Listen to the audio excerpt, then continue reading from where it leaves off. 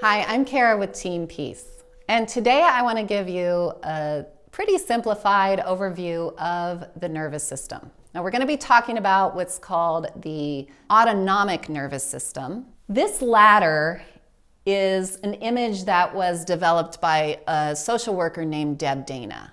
And she created this to kind of show three main states of the nervous system. So the top of the ladder is what's called our ventral vagal.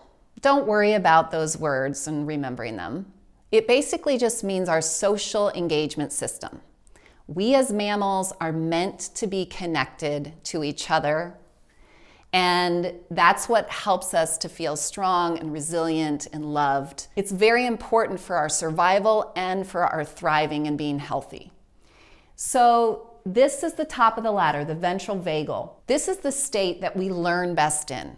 This is the state that helps us to access the front part of our brain, which is called the prefrontal cortex. And this is our executive functioning that helps us to make good decisions, learn new things, solve problems, be rational, be logical. We have to be in this part of the nervous system to access that part of the brain. The next part that she talks about, when things don't go the way we hoped or planned, or maybe there's something in our life that we have absolutely no control over that sends us into a state of stress or danger.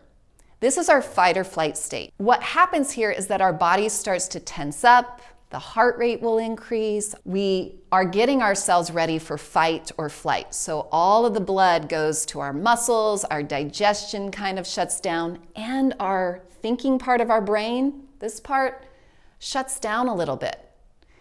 And that can happen when we're feeling stress, anger, frustration, maybe from taking a test or having to give a speech at school, or something that gets our nerves kind of activated and makes us feel a little anxious or shaky or worried. The third part is the dorsal vagal at the bottom of the ladder.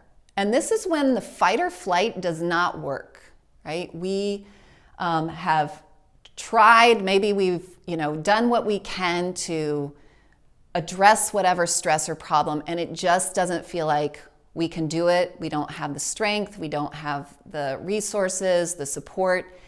And then we go into this dorsal vagal, which is shut down. It's like, I feel disconnected, I can't cope, I feel helpless, and it doesn't feel so good. So we can go up and down this ladder all the time in little bits and pieces, or sometimes in big ways. But what creates a resilient nervous system is the knowing how to get ourselves back up the ladder to our ventral vagal state, our socially engaged state. If we've had something happen in our lives that feels like it's too much, it might be a trauma or adversity from our childhood. It could be something that happened even more recently than our childhood. But it has just created this way of feeling in the world that just feels like I just can't, or I'm always in fight or flight. And we get kind of stuck.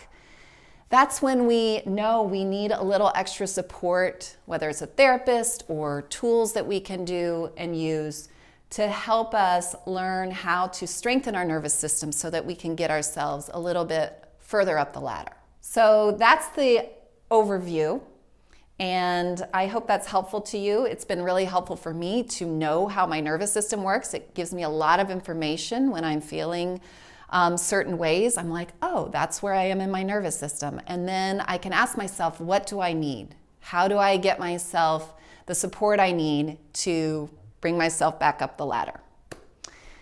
So thanks for watching, and I'll see you next time.